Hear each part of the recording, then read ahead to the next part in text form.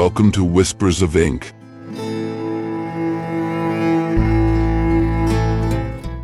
I'm Machado de Assis, and now I will read one of my stories. Let's start with the book A Monetary Anecdote, which is part of my novels collection.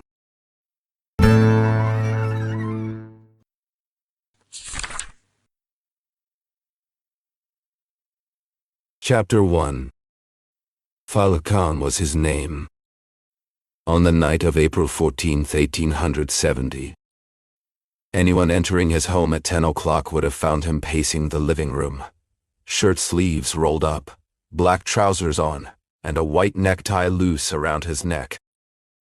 He muttered to himself, waved his arms, sighed deeply clearly in great distress. Sometimes he sat down. Other times, he leaned by the window, looking out toward the beach, which was Gamboa Beach. But no matter where he stood, or what he did, he never stayed still for long. I did wrong, he kept saying. So very wrong. She was such a good friend, so loving, and she left crying, poor thing. I did wrong, so wrong. If I told you this man sold his niece, you wouldn't believe me. If I added that he set her price at 10,000 Ray, you'd turn away from me in shame and anger. But just look at his cat-like eyes, those two lips that know how to count better than anyone else. Even when closed, they seem to be calculating something. It's easy to see that his greatest trait is greed. Let me explain. Falcon doesn't love money because of what it can buy, but simply because it is money. He enjoys it for the sake of having it. Don't speak to him about life's pleasures. He doesn't own soft beds, fancy meals, carriages, or medals. We don't earn money to waste it, he would say. He lives off crumbs. Everything he saves is for the joy of seeing it pile up. Many nights, he goes to the hole in the wall, hidden inside his bedroom, just to feast his eyes on golden coins and bundles of banknotes. At other times, for a kind of financial pleasure, he imagines them without even looking. In fact, anything I could say about this habit would pale next to a single sentence he spoke back in 1857. By then, he was already nearly a millionaire. One day, walking with a friend, he met two young boys he knew. The children had just received a 5,000 Ray note from their uncle, and were unsure if it was real. Some fake notes had been going around, and the boys had grown worried while walking. Falcon took the note in his trembling hands. He examined it closely, turned it over again and again. "Is it fake?" one of the boys asked impatiently. "No, it's real," Falcon replied. "Let me see it," both boys said at the same time. Falcon slowly folded the banknote without looking away from it. Then he handed it back to the boys. Turning to his friend who was waiting for him, he said with complete honesty, "Even when it's not yours, money is just nice to look at." That was how much he loved money, not in a greedy way, but with quiet admiration. What else could explain why he would stop in front of exchange offices and stare for 5, 10, or even 15 minutes, almost licking with his eyes the neat piles of pounds and francs? So, perfectly stacked and golden? The same quick reaction he had when he touched that 5,000 Rays note wasn't just reflex, it was caution, the fear of fake bills. Nothing upset him more than counterfeiters. Not because they were criminals, but because they hurt honest people by making real money less valuable. Falcon's way of speaking was worth studying. One day in 1864, after attending a friend's funeral, he described the impressive funeral procession with excitement. They lifted the coffin with 3 million contos. When one listener didn't understand right away, Falcone thought the man doubted him. So he explained carefully. Mr. X gave 400, Mr. Y 600. Yes, sir, 600. 2 years ago, when he ended his business with his father-in-law, he already had over 500. Let's say 500 then. He went on like this, adding numbers and explaining until he finished proudly. Exactly 3 million contos. He wasn't married.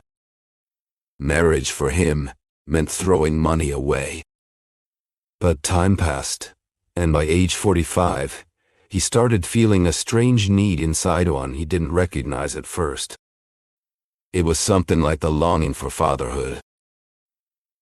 Not a wife, not family visits, but having a son or daughter would have been like finding a gold coin in the street. Unfortunately, that kind of treasure had to be saved long before.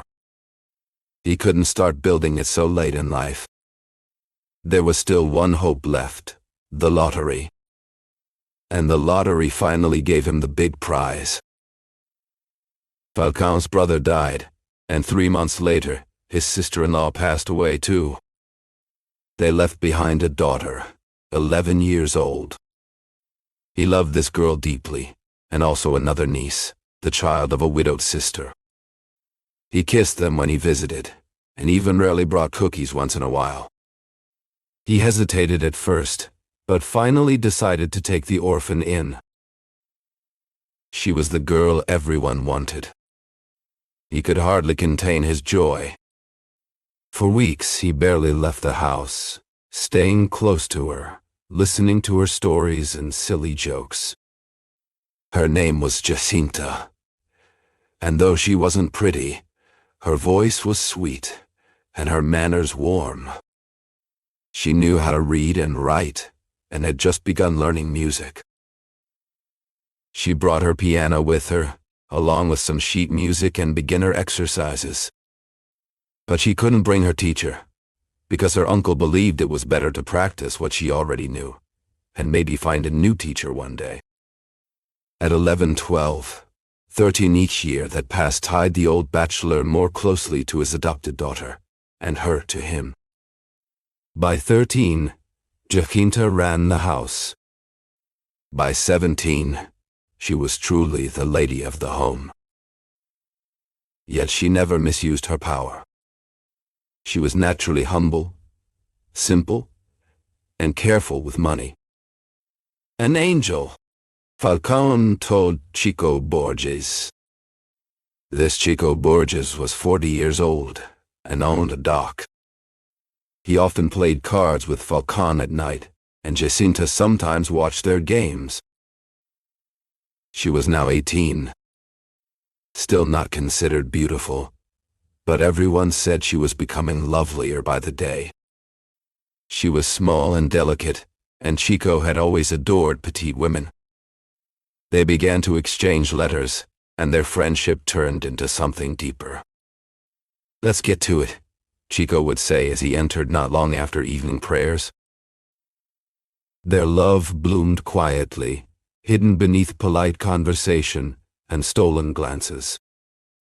The letters became like an umbrella shielding their secret romance.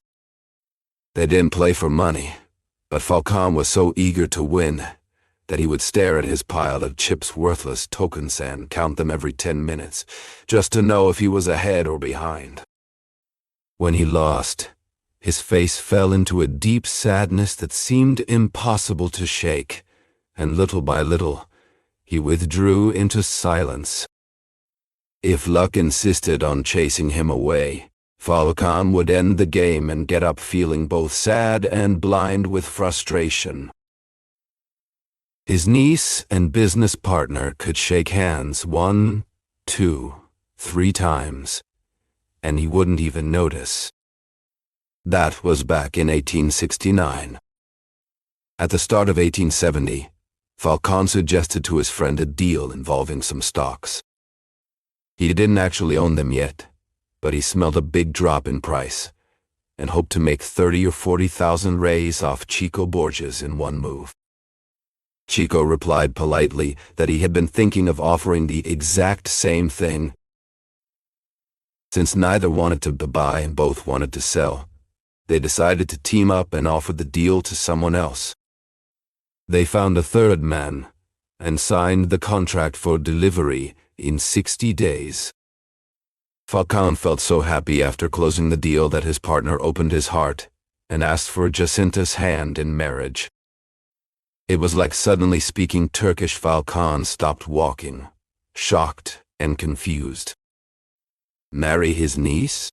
What did that mean? Yes, said the partner. I admit I'd really like to marry her, and I think she'd feel the same about me. No way, Falcón interrupted. Absolutely not. She's still too young. I won't allow it. But please think about it. The partner tried again. I don't want to think. I don't want this, Falcón snapped. He arrived home angry and scared.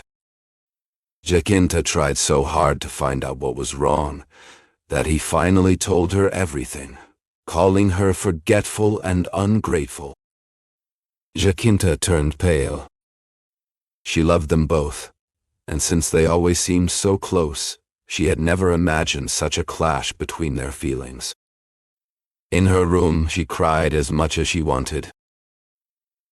Later, she wrote a letter to Chico Borges, begging him in the name of the 5 holy wounds of our Lord Jesus Christ, not to cause any trouble or argue with her uncle.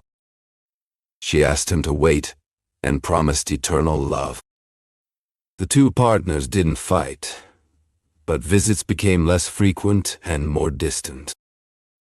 Jacinta stopped coming into the living room, or left quickly when she did. Falcón lived in fear. He loved his niece like a dog loves its owner, ready to chase and bite anyone who came too close. He wanted her all to himself, not as a lover, but as a father would want his daughter. The natural bond of fatherhood gives strength to face the sacrifice of separation. But his fatherhood was borrowed, and perhaps that is why it was more selfish. He had never thought about losing her. Now, however, there were 30,000 worries, closed windows, warnings to the maid, constant watchfulness, watching every gesture and every word, a full-scale campaign led by Donna Bartolo. Still, the son, that perfect model of a public servant, kept showing up on time day after day, until the 2 months passed the time agreed upon for the delivery of the shares. Those shares, according to their plan, were supposed to go down in value. But shares, like lotteries and battles, mock human calculations. In this case, not only did they mock, they were cruel. They didn't go down. They didn't even stay the same. They went up, turning the expected profit of 400,000 reais into a loss of 200,000. That was when Chico Borges had a stroke of genius. The night before, as Falcão walked silently through the room, crushed and speechless with disappointment, Chico offered to cover the entire deficit if he could have his niece in return. Falcão was stunned. You mean me? That's right, Chico said, laughing. No, numero, I can't do that. He refused 3 or 4 times. At first, the thought of getting the money had filled him with joy, 10,000 reais in his pocket. But the idea of giving Jacinta away was unbearable. So he said numero. He slept badly. In the morning, he looked at the situation again, weighed everything carefully. He realized that if he gave Jacinta to Chico, he wouldn't lose her completely. On the other hand, if he didn't take the deal, the money would be gone for good. And besides, if she liked Chico and he liked her, why should they be kept apart? All daughters get married someday. and most fathers are happy just seeing them happy. So he went to Chico Borgia's house, and they made the deal. "I did wrong, so wrong," he cried out loud on the night of the wedding. "She was such a friend to me, so kind. Poor thing," she cried all the way. "I did wrong, so wrong." The fear of losing 10,000 rei was gone.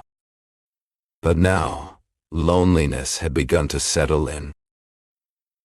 The next morning, he went to visit the newlyweds. Jacinta didn't just treat him to a great lunch, she showered him with kindness and attention. But not even her sweet gestures or the meal could bring his joy back. In fact, the newlyweds' happiness made him even sadder. When he went home, he missed Jacinta's gentle face. He would never again hear her soft songs, like she used to sing as a girl and young woman.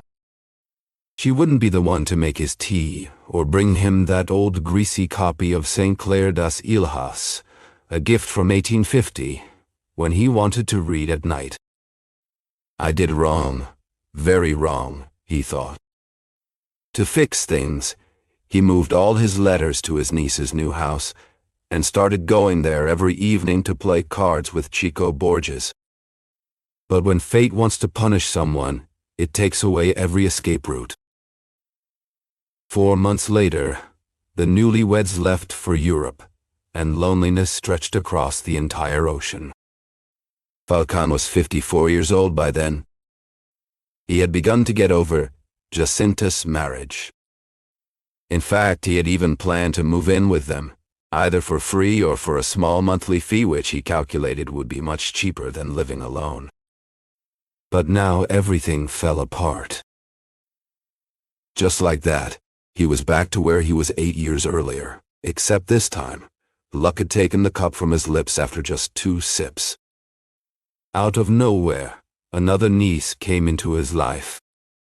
This was his late sister's daughter, who had died, and asked him as a final favor to take care of the girl. Falcon hadn't made any promise, not because he was cold-hearted, but because he had stopped promising anything to anyone. Still, the truth was, the moment his sister passed away, he welcomed the girl into his home. He didn't hesitate. On the contrary, he opened his doors with the excitement of a young lover and almost thanked God for taking his sister's life.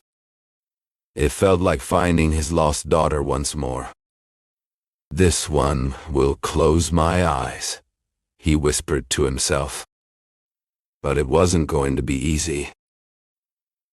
Virginia was 18, with beautiful and unique features. Tall and striking, she stood out in every room. Falcon tried to keep Virginia close by, doing exactly what he had done before. Closed windows, warnings to the maid, rare walks outside with him, and always with her eyes down. She didn't seem upset. "I was never one for looking out the window," she said. "And I think it's very unseemly for a young lady to stare at the street all day."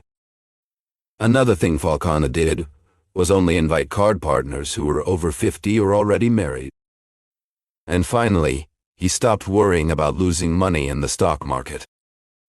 All of this turned out to be pointless, because his niece truly cared only about him and the house. Sometimes when her uncle's eyesight got worse, she would read to him from St. Clair das Ilhas. To make up for missing company when no guests came, she learned how to play cards.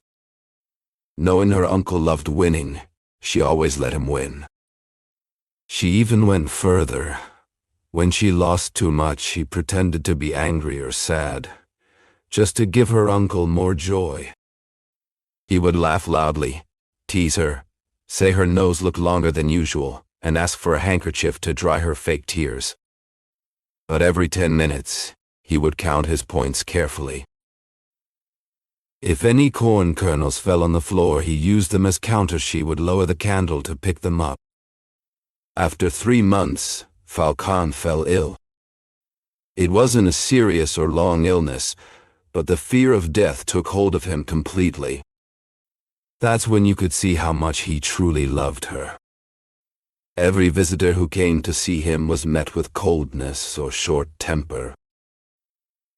His closest friends suffered the most, because he would rudely tell them he wasn't dead yet, that the meat was still fresh, and that the vultures had come too soon among other things.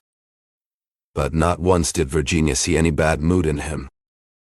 He obeyed her like a child, and when he laughed, it was because she made him laugh. "Come on, take your medicine. Stop being stubborn. Now you're my little boy," she would say. He would smile and drink it without a word. She would sit by the bedside, telling him stories. She watched the clock carefully to give him broth or chicken at the right time, and read aloud the never-ending adventures of St. Clair. Slowly, he began to recover. Falcon started going out for short walks, always with Virginia by his side. The care she showed, gently holding his arm and looking down at the street stones, so as not to meet another man's gaze, delighted him. "She will be the one to close my eyes," he often thought to himself. One day he even said it out loud.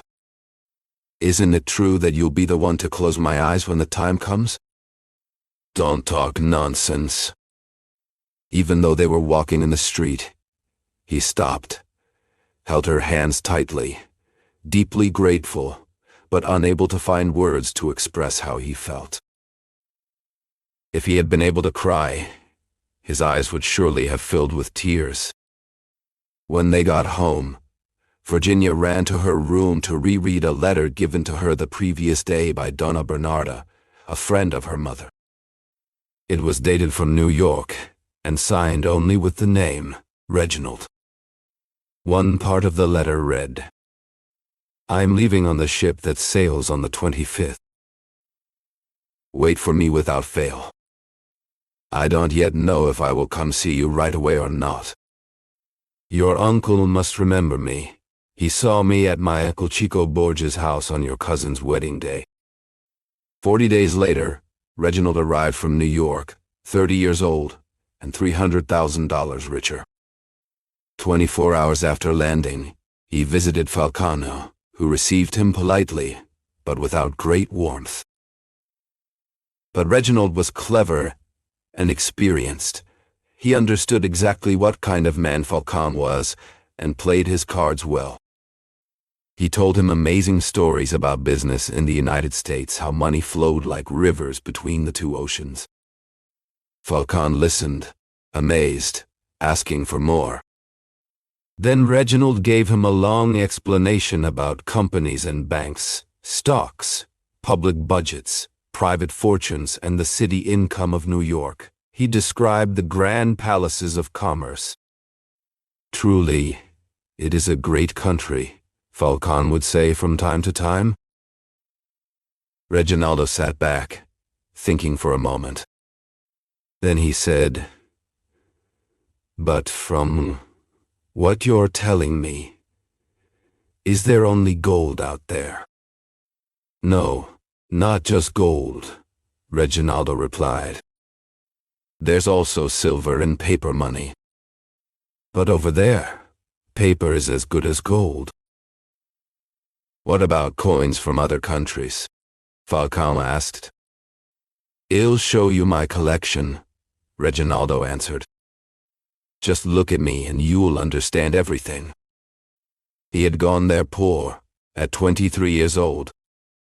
7 years later, he returned with 600 contos. Falcon shivered when he heard that.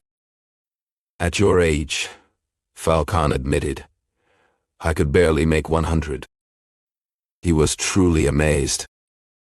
Reginaldo told him it would take 2 or 3 weeks just to tell all the wonders of the dollar. "What do you call it again?" Falcon asked. "The dollar. You might not believe this, but I've never seen one." Reginaldo pulled a silver dollar from his vest pocket and showed it to him. Falcão didn't touch it right away. First, he stared at it closely. The room was dim, so he stood up and walked to the window to get a better look, checking both sides carefully. Then he handed it back. He praised the design and the quality of the coin. He added that the old Portuguese coins were also quite beautiful. After that, Falcão began to visit Reginaldo more often. Eventually, Reginaldo decided it was time to ask for the young woman's hand in marriage. She, however, told him he first needed to win her uncle's approval. She wouldn't marry against his will. Reginaldo wasn't discouraged. Instead, he redoubled his efforts to impress the uncle, sharing stories of incredible profits and riches. One day, Falcão said, "By the way, you never showed me your coin collection." "Come to my house tomorrow," Reginaldo invited. And Falcão did go. Reginaldo led him to a glass cabinet filled with coins from every corner of the world. Falcão was stunned. He had expected a small box with just one example of each coin. Instead, he saw piles of gold, silver, bronze, and copper. At first, he looked at them all together, taking in the whole collection. Then he started examining each piece one by one, fascinated by every detail. He had only ever seen pounds, dollars, and francs, but Reginaldo named them all. Florins, crowns, rubles. Drachmas, piastres, pesos. Rupees, the entire coin collection born from human labor, he concluded with a poetic touch. "How patient you must have been to gather all these," he said. "I didn't gather them," replied Reginaldo. "The collection belonged to a man from Philadelphia. I paid a small fortune for it, $5,000. In truth, it was worth much more." Falcão left that place with the image of those coins deep in his mind. He told his niece about them, and in his imagination, he scattered and rearranged the coins like a lover who undoes his beloved's hair just to braid it again. That night, he dreamed he was a florin, lying on the table of a lansquenet game, and that he carried with him, into the gambler's pocket, over 200 more florins. In the morning, to calm his heart, he went to look at his own modest coins. But it brought no comfort. The greatest treasure is the one we do not own. A few days later, while at home in his living room, he thought he saw a coin on the floor. He bent down to pick it up, but it wasn't a coin, it was just a letter. He opened it absent-mindedly and read it in shock. It was from Reginaldo to Virginia. "Enough," interrupts the reader. "I can guess the rest." Virginia married Reginaldo. The coins ended up in Falcão's hands, and they were fake. No, sir. They were real. It would have been more fitting as a punishment for our man if they had been false. But alas, I am not Seneca. I am merely a Suetonius who would tell the story of Caesar's death 10 times, if Caesar came back to life 10 times, for he would not return to life unless it was to reclaim his empire.